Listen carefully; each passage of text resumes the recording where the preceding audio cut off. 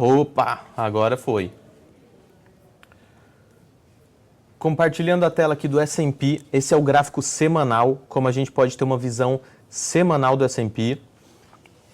E a gente vê aqui o S&P superando sua máxima histórica na semana de hoje. Depois de uma longa caminhada aqui, né, a gente teve no ano de a última máxima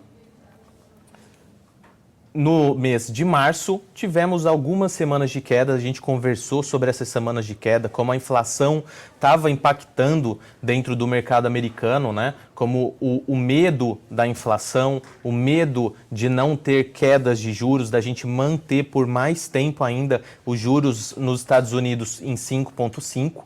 E agora veio um alívio inflacionário nessa semana, que foi muito importante. A gente já veio acompanhando nas últimas semanas como os dados de desemprego já estavam vindo melhores, né, para o patamar de uma visão de diminuição da inflação, diminuição no acelero dessa economia, né, a economia mais freada ali, mais parada, e agora a gente viu isso se realizando. Nessa semana a gente teve dado da inflação que veio abaixo do esperado, e isso foi muito positivo lá nos Estados Unidos. O investidor americano já está estimando quedas novamente na taxa de juros dentro desse ano, e isso é muito positivo para as ações. Não é à toa que a gente tem aqui as ações subindo nessa semana e superando a máxima histórica dentro do S&P no gráfico semanal.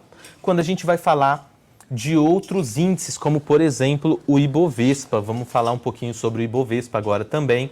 A gente teve uma semana de alta sim, mas uma alta muito tímida, né? Porque a gente está, primeiro, ocorreu a queda do presidente da Petrobras nessa semana, então isso acaba impactando também o mercado.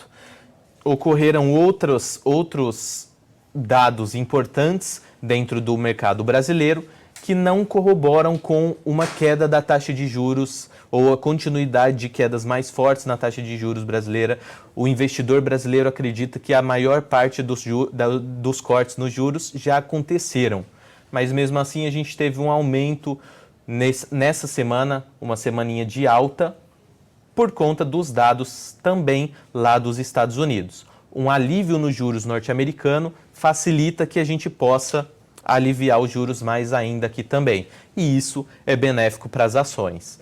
Fica aqui uma visão de investidor para vocês dentro dos setores aqui do Ibovespa de consumo. Como a gente pode ver, o setor de consumo aqui no Brasil, a gente tem uma das maiores baixas de todos os 20 anos passados aqui. Se a gente for pegar todos esses períodos de baixa, esse é um gráfico apenas do índice de consumo, né, brasileiro.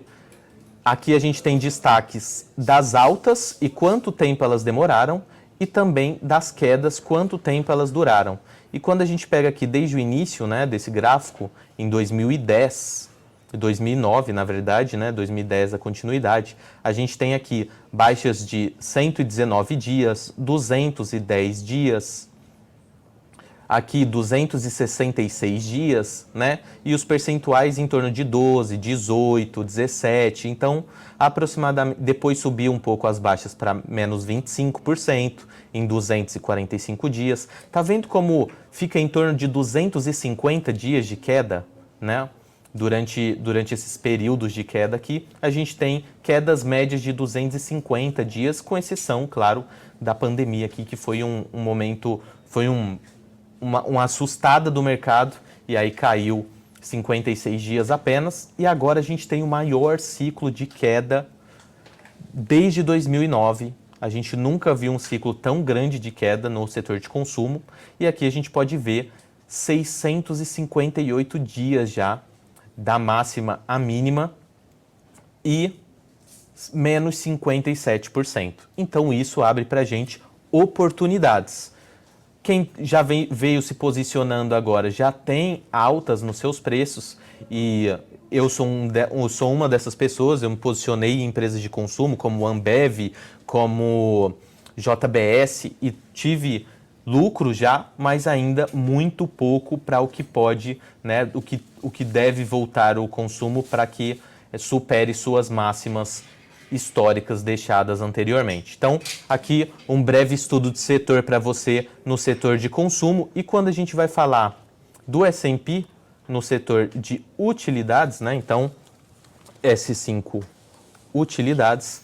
Quando a gente vai falar também dos setores do S&P, a gente tem esse mesmo caos acontecendo no setor de utilidades. Então aqui a gente teve uma longa queda no setor de utilidades, que ocorreu nesse período aqui, 392 dias, e a gente consegue ver agora ele se recuperando já com um pouco mais de força, mas ainda muito a se recuperar frente a outras quedas que ele já teve também. Aqui a gente pode ver, por exemplo, 29% dessa máxima à mínima em 425 dias.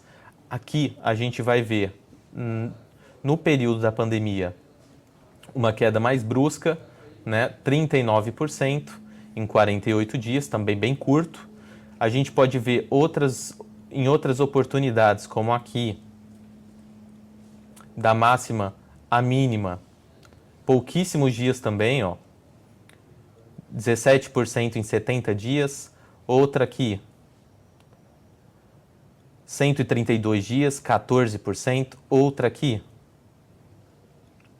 18% em 223 dias. E aqui a gente teve 28% em 427 dias, o que traz para a gente uma grande probabilidade que aqui realmente fosse o fundo e ainda tem a ganhar, né? A gente pode ver que as últimas vezes que ele marcou máxima, ele superou legal essas máximas aqui, principalmente aqui atrás.